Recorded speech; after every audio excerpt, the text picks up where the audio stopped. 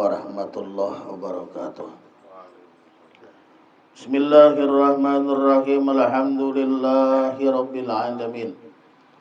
Wassalatu wassalamu ala asyrafil anbiya'i wal mursalin sayyidina wa nabiyyina Muhammadin wa ala alihi wa ashabihi ajma'in. Subhanallah walhamdulillahi wa la ilaha illallah wallahu akbar.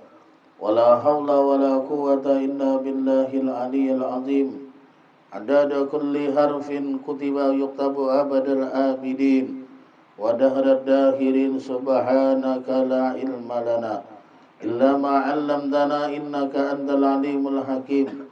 Allahumma iftah alaina futuhal arifin wa nawwir basairana bi anwaril irfani wal yakin waj'al a'malana khalisatan liwajhikal karim. Jamaah Dawatul Zikri rahimakumullah. Alhamdulillah, kita kembali ketemu di majlis kita, yaitu majlis Dawatul Zikri, yang mana pada kesempatan ini setelah lebaran. Kita lebaran, puasa masih jalan, seminggu kita libur, kemudian lanjut setelah lebaran. Maka dalam suasana lebaran ini tentunya kami mewakili diri pribadi, ketua dan lain-lain mengucapkan satu, minal aidin wal faizin, halal bihalal, minhum maaf lahir dan batin, saling menghalalkan, saling memaafkan dan lain-lain. Pada saat hari raya tersebut, ketika hari raya tuh, orang semua tidak satu pun yang tidak menyatakan kegembiraan. Semua orang bergembira. Tidak ada orang yang menangis di hari raya. Tidak ada orang yang tertangis kecuali yang berduit. Berduit bisa aja menangis. Tetapi yang pasti pada hari raya gembira. Kenapa? Menyambut hari kemenangan. Namun sesungguhnya tidak semua orang mendapatkan kemenangan tersebut. Walaupun dia bergembira, walaupun dia bersukaria menyambut hari raya, tapi belum tentu dia mendapatkan hari kemenangan tersebut. Karena sesungguhnya kata-kata menang itu kalau kita mendapatkan ampunan daripada Allah, kalau kita mendapatkan maghfirah daripada Allah. Dan ini adalah ditujukan kepada orang-orang yang berpuasa.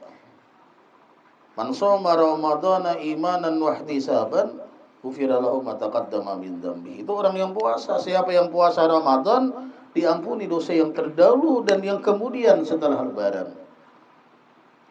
Di dalam hadis yang lain, man qama ramadhana imanan wa ihtisaban ghufira lahu ma taqaddama min dzambi.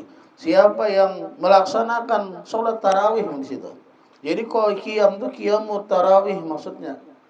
Qiyamul Ramadan itu adalah melaksanakan sholat tarawih, dasarnya iman dan mengharap ridha Allah, diampuni dosa yang terdahulu.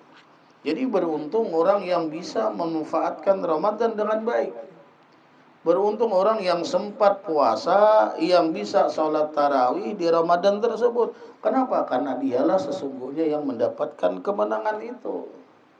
Jadi mestinya yang bergembira itu yang puasa. Kenapa? Dialah yang menang sebenarnya.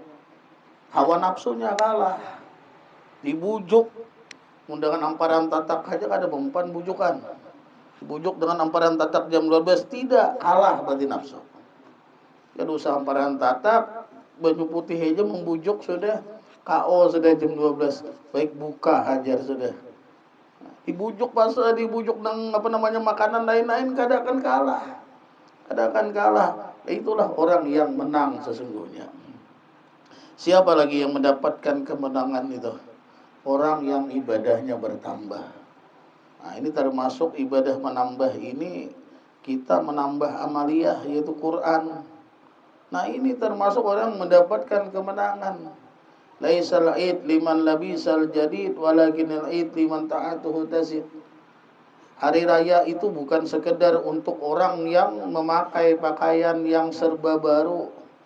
Baju gamis baru, sepatu baru, celana baru, kopiah baru. Bukan itu, tapi hari raya itu diperuntukkan bagi orang yang ibadahnya tazid. Arti tazid itu bertambah, berbagus. Sembahyangnya berbaik, ilmunya bertambah, amalannya bertambah, kegiatan ibadahnya tambah rajin. Itulah sebenarnya hari raya. Nah, jadi pas kita termasuk orang yang merayakan hari raya. Kenapa? Karena sebelum-sebelumnya kita belum ada masalah khatam Quran. Akhirnya dengan taufik dan hidayah daripada Allah, berkah daripada Ramadan, timbullah inisiatif untuk khatam Quran. Nah, mungkin nanti dihadiahkan Bang Uji ya. Bagus kita hadiahkan nih. Bagus dihadiahkan terus bagus. Saya kalau tidak dihadiahkan, gini aja caranya. Nih saya cuma ngasih saran, boleh diterima, boleh tidak. Yang kepingin dihadiahkan khataman Qur'annya ditulis seperti ini di amplop. Cuma isi amplopnya ala kadarnya untuk kas dakwatul zikri. Kan kita banyak keperluan nanti maulid, Isra Mi'raj, sembarang aja lah. Hendak 10.000 kah, hendak 20.000 kah, hendak 20 juta kah, ada apa? Jadi setiap tulis saja. Tulis seperti ini di amplop, kemudian kita hadiahkan. Yang bacaan Quran kita yang setiap minggu nih nah. Jadi kalau kepingin dua khatam bisa juga, kalau dua grup 2 khatam jadinya. Nah, jadi boleh seperti itu untuk menambah ibadah kita lawan Tuhan. Jadi kerjasama, kerjasama. Jadi kalau andai kata sebulan itu 4 kali betul lah. 4 kali khatam, nah lumayan. Jadi karena doanya ini kebetulan di sini macam-macam. Ada doa khatam Quran dari Al-Habib Abdullah bin Abdul Haddad ini. Ada doa khatam Quran daripada Al-Imam Ali Zainal Abidin bin Husain. Ada doa khatam Quran dari Muhammad bin Ahmad Al-Hadrami. Ada doa khatam Quran dari Ali bin Abi Thalib. Ada doa khatam Quran dari Al-Habib Ali bin Muhammad Al-Habsi, Habib Ali pengarang Maulid. Jadi kita ganti-ganti juga doanya, mengambil berkah para wali. Jadi doa khatam Quran ini doa para aulia. Cuma malam ini saya kepingin doa khatam Quran Al-Habib Abdullah bin Abdul Haddad, karena kita membaca ratib sidin tadi. Jadi malam ini doa khatam Qurannya Al-Habib Abdullah bin Abdul Haddad. Kembali kepada permasalahan tadi, jadi sebenarnya orang yang berhari raya itu adalah orang yang ibadahnya bertambah, meningkat. Siapa lagi ya orang yang berhari raya? Orang yang mendapatkan kemenangan itu kalau dia bisa minta halal, minta maaf, dan bisa memaafkan. Nah, ini yang disebut halal bihalal. Arti halal bihalal dah. Kalau dalam kamus bahasa Indonesia artinya maaf memaafkan. Tapi kalau diartikan secara harfiah, halal itu artinya halal lepas lepas ikatan hubungan kesalahan, lepas kesalahan kita dengan sebab dihalalkan oleh orang. Halal, arti halal itu lepas kesalahan kita dengan sebab dihalalkan oleh orang. Mun kada dihalalkan orang kada lepas. Nabi kita kan pernah menceritakan ada seseorang yang nanti di hari kiamat itu bangkrut. Orang yang muflis. Lalu Nabi bertanya, tahukah kalian siapa orang yang muflis? Macam-macam jawaban para sahabat. Kalau kita barangkali berpikir orang yang bangkrut itu ketika usahanya gagal dalam berusaha, atau ketika rumah yang bagus terjual umpamanya, atau ketika terlilit dengan hutang. Padahal yang disebut orang yang bangkrut itu bukan itu. Yang disebut maksud oleh Nabi orang yang bangkrut itu adalah orang yang nanti pada hari kiamat membawa segudang pahala. Ada pahala sembahyang duha, kadang gampang duhanya 8 rakaat tiap hari. Ada pahala sembahyang tahajud, kadang gampang tahajudnya mulai isya sampai subuh. Banyak pahalanya, sanggupkah dari isya sampai subuh? Rasa-rasanya kita menyerah. Ada pahala sembah puasa sunnah. Ada tanggung-tanggung puasa sunnahnya Daud. Senin puasa, Selasa tidak, Rabu puasa lagi. Kamis tidak, Jumat puasa lagi. Terus demikian. Tapi pada akhirnya semua ibadah itu habis. Kenapa? Karena ada orang yang menuntut ganti rugi. Dia mengatakan dulu di dunia dia pernah memukul saya hari minta ganti. Apa yang diserahkan? Pahala sembahyang. Dia ada orang yang nuntut dulu waktu di dunia dia pernah menggibah saya, membicarakan aib saya, menceritakan saya tidak setuju, saya minta ganti. Apa yang diserahkan? Pahala puasa. Ada lagi orang yang nuntut kepada dia, dia pernah nyuri barang saya minta ganti rugi, apakah bisa mengembalikan barang? Al-yauma la yanfa'u malu wala banun. Pada hari itu tidak manfaat lagi harta. Apa yang diserahkan? Barangkali pahala zakatnya yang diserahkan sampai habis. Dan ada orang yang masih menuntut lagi, lalu tidak ada yang diserahkan daripada pahala tersebut, maka dosa orang yang menuntut itu dikasihkan kepada dia. Nah, inilah yang disebut dengan orang yang bangkrut. Kadang-kadang makanya perlu kita saling halal menghalalkan, perlu saling meridokan apapun kesalahannya, apapun bentuk daripada kekurangannya. Kalau dihalalkan, kalau diridhokan, sudah selesai. Adalah di zaman Nabi ada, ketika Nabi kita sakit, Nabi kita mengumpuli keluarga sidin, sahabat, orang-orang yang pernah bergaul dengan beliau, lalu dia mengatakan, pada hari ini kata Sidin minta ridho, minta maaf. Kalau andai kata Nabi kita pernah salah dengan seseorang tersebut, kalau dia ingin menuntutlah hari ini. Kalau dia ingin ganti rugi, minta ganti rugilah hari ini. Akhirnya ada seorang sahabat acung tangan. Pada sahabat yang lain tuh udah tunduk, sedih. Kenapa? Ini perkataan yang luar biasa, perkataan perpisahan yang luar biasa. Ada seorang yang ngacung tangan, dia mengatakan, saya ya Rasulullah, saya kepingin nuntut balas lawan pian. Saya pada waktu itu kena cambuk sempian dan pian tanpa sadar, saya pingin nuntut balas. Lalu Nabi kita menyuruh anak beliau Fatimah mengambil cambuk di rumah. Sayyidina Umar marah Umar, kenapa? Nabi kita sakit, hendak balas dengan dicambuk. Oh, kata Nabi kita, jangan wahai Umar, biarkan dia nuntut hari ini. Apakah engkau ingin menanggung hukuman Allah nanti pada hari kiamat? Dibiarkan Fatimah mengambil cambuk, diserahkan kepada orang itu. Lalu orang itu mengatakan, ya Rasulullah, pada saat itu ulun tidak memakai pakaian, tidak berbaju. Saya minta pian lepas pakaian pian.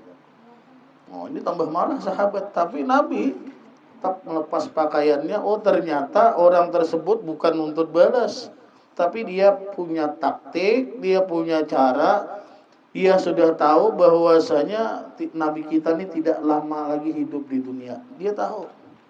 Dia cari kesempatan bagaimana caranya supaya kulitnya yang hina bisa bersentuhan dengan kulit Nabi yang mulia. Jadi di saat Nabi kita melepas baju, disitulah dia merangkul tubuh Nabi yang mulia dan mencium kulit Nabi yang mulia. Dia mengatakan, ya Rasulullah, maafkan katanya, tidak ada cara yang lain kecuali seperti ini. Mengarang cerita supaya bisa kulitnya bersentuhan dengan kulit Nabi. Tapi kesimpulannya Nabi kita pun minta halal, minta ridho, minta maaf, minta ikhlas kepada mereka yang berkawan dengan Sidin, yang bergaul dengan beliau. Nah, apalagi kita yang jauh daripada kata sempurna, maka hari raya adalah orang yang bisa memaafkan dan bisa minta maaf. Apalagi dengan tetangga.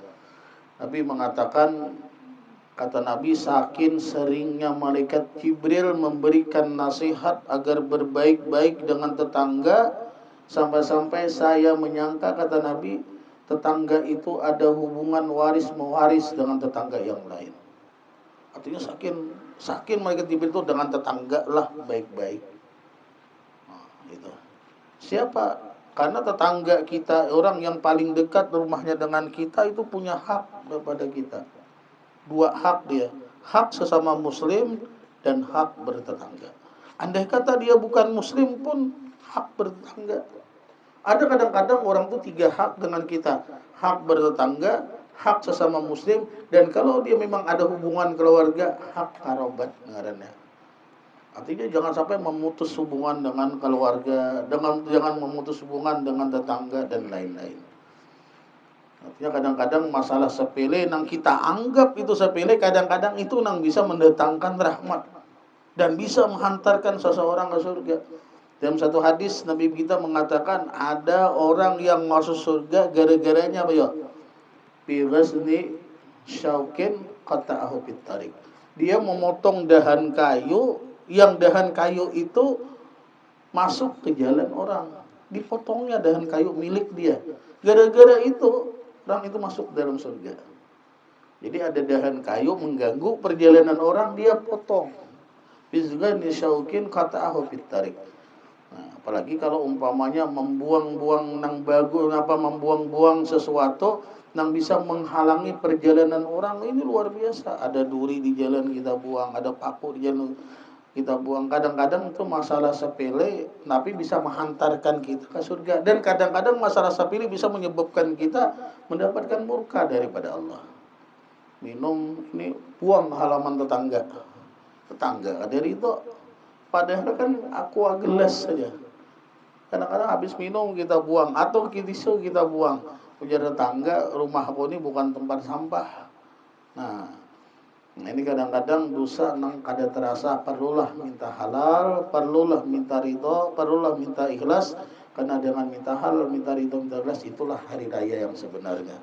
Siapa lagi orang yang mendapatkan hari raya yang sebenarnya? Orang yang mendapatkan ridho daripada orang tuanya. Nah, ini luar biasa ini. Kalau orang mendapat ridho daripada kedua orang tuanya, nah ini termasuk orang yang mendapatkan hari kemenangan. Atau kalau orang tuanya sudah tidak ada, dia bisa ngirim doa kepada orang tua.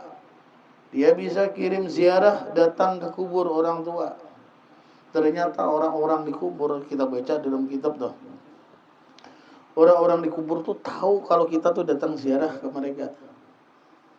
Dan mereka akan ingat seperti mereka ingat waktu di dunia. Dan mereka akan gembira seperti mereka gembira didatangi di waktu di dunia. Makanya ada kebiasaan orang tuh setiap Jumat mereka ziarah kubur. Nah, jadi ini termasuk orang yang mendapatkan hari kemenangan ya apa? Orang yang bisa mendapatkan ridho dan orang yang bisa mendoakan kedua orang tuanya. Inilah termasuk orang yang mendapatkan hari kemenangan. Selainnya itu belum tentu. Kalau cuma dengan pakaian baru, makanan enak, tulak ke Balikpapan, nangkring di pinggir pantai, ya itu belum tentu dapat kemenangan. Tapi kalau sudah pian datang ziarah ke kubur, kirim doa kepada orang tua, minta halal, minta ridho kepada tetangga, ibadah bertambah meningkat, kemudian berpuasa di bulan Ramadan, insya Allah orang tersebut pasti mendapatkan hari kemenangan. Mudah-mudahan kita mendapatkan hari tersebut. Dosa-dosa kita diampuni oleh Allah Subhanahu wa taala, dosa-dosa kita diampuni oleh Allah, dan dosa dengan sesama dimaafkan dan dihalalkan dan mendapatkan ridha daripada kedua orang tua kita. Amin ya rabbal alamin.